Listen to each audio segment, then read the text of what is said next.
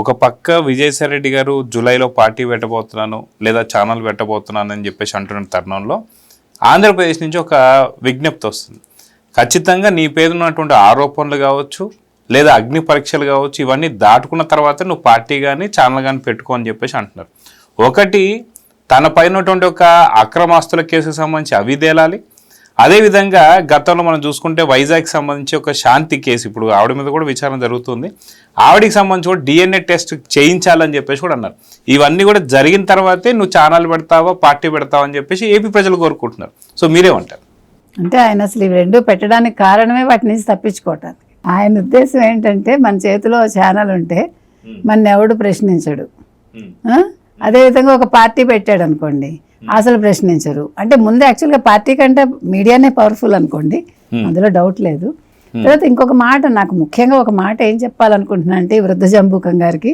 వృద్ధ జంబూకం అని ఎందుకంటున్నానంటే ఆయన పాపం చంద్రబాబు నాయుడు గారిని ముసలాడు అంటున్నాడు కదా, అందుకని వీరొక వృద్ధ జంబూకం కురు వృద్ధుడు ఆయన నా దృష్టిలో.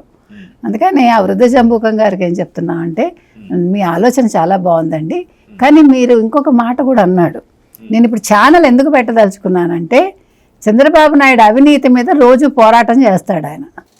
ముందు నీ అవినీతి మీద నువ్వు పోరాటం చేసుకుని నీ ఛానల్లో నీ అవినీతి గురించి చెప్పుకుని, ఇదిగో నేను ఇంత చేశాను, ఇదిగో పాపం మా జగన్మోహన్ రెడ్డి ఇంత చేశాడు, లేకపోతే మా పెద్దిరెడ్డి ఇంత చేశాడు, మా ధనంజయ రెడ్డి ఇంత చేశాడు, వాసుదేవ్ రెడ్డి ఇంత చేశాడు, నేను అందరికంటే ముందు చెప్పిన రాజకేశరెడ్డి ఇంత చేశాడు.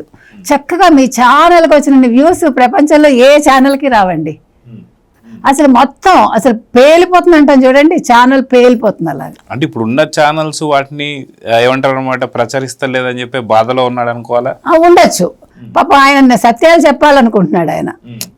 ఇప్పుడు సడన్గా ఆయనకి ఏమైందంటే, ఇందాక వారు అన్నారు కదా, ఎక్కడో బోధి వృక్షం కనిపించి ఉంటుంది, అక్కడ కూర్చుని ఉంటాడు, జ్ఞానోదయం అయ్యి ఇప్పుడు మీడియా పెడతానంటున్నాడు, ఛానల్ పెడతానండి. అది కూడా డిజిటల్కే వస్తాడులేండి, శాటిలైట్కి పర్మిషన్ లేదు ఇప్పుడు. తర్వాత శాటిలైట్కి వస్తాడు, ముద్ద దిగితే మధ్యకి మారడగచ్చు అన్నారు. అలాగా ముందు అసలు నువ్వు డిజిటల్కి రా, వచ్చి వాస్తవాలు మాట్లాడు, తర్వాత నేను అసలు ఛానల్ పెట్టనిస్తారా లేకపోతే జైల్లో నువ్వు ఛానల్ పెట్టుకోవాలా, తర్వాత ఆలోచిద్దు. కానీ ఎందుకంటే ఇవాళ అసలు ఆయన నిన్న మాట్లాడిన మాటలన్నీ భలే చిత్రంగా మాట్లాడాడండి. అసలు ఆయన చాలా అమాయకుడు, చాలా సచ్చీలుడు ఆయన. అసలు పాపం ఆయనకి ఏమీ తెలియదు. ఈడీ వాళ్ళు వచ్చారు, ఆ ముసలాడు చెప్తే వీళ్ళు వచ్చారు.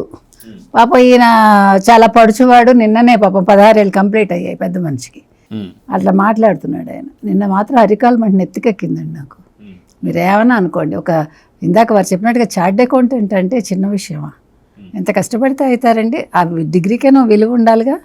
ఆ మాటలేంటి, ఒక పెద్ద మనిషి తరహా లేదు, ఒక మెచ్యూరిటీ లేదు, ఒక దిగజారుడు మాటలు, అదేంటారు బజారు మాటలు అంటాను చూడండి, అట్లా మాట్లాడుతున్నాడు. తర్వాత అంటాడు ఈడీ ఏమీ దొరకలేదు, అసలు నా దగ్గర ఏమీ లేదు, నేను తెరిచిన పుస్తకం అన్నట్టు మాట్లాడాడు.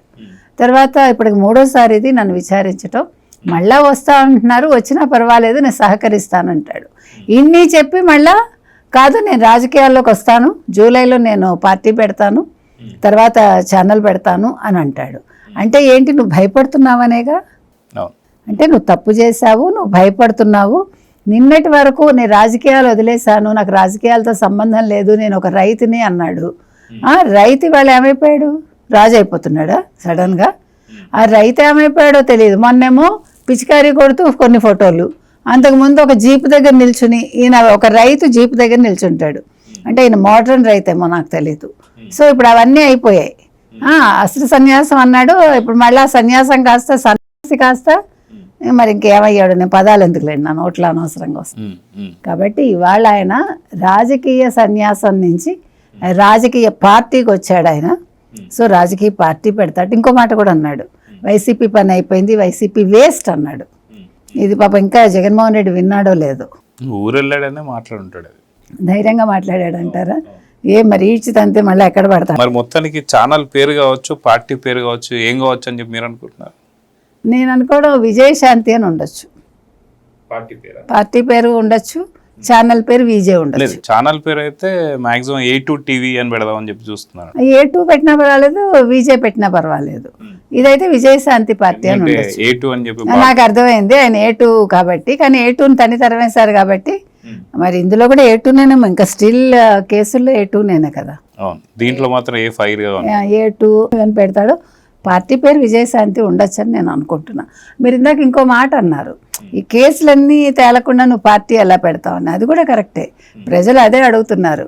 అందుకే నేను అంటున్నా, ఫస్ట్ ఒక డిజిటల్ ఛానల్ పెట్టేసి మొత్తం మీ లీలలు, తర్వాత మీరు చేసిన కుంభకోణాలు, మద్యం కుంభకోణం, ఎవరెవరు ఎంత తిన్నారు, జగన్మోహన్ రెడ్డికి ఎంత ఇచ్చారు, ఇవన్నీ చక్కగా ఎపిసోడ్ ప్రకారం చేశారంటే కరెక్ట్గా ఒక 6 నెలలు చేస్తే చాలండి.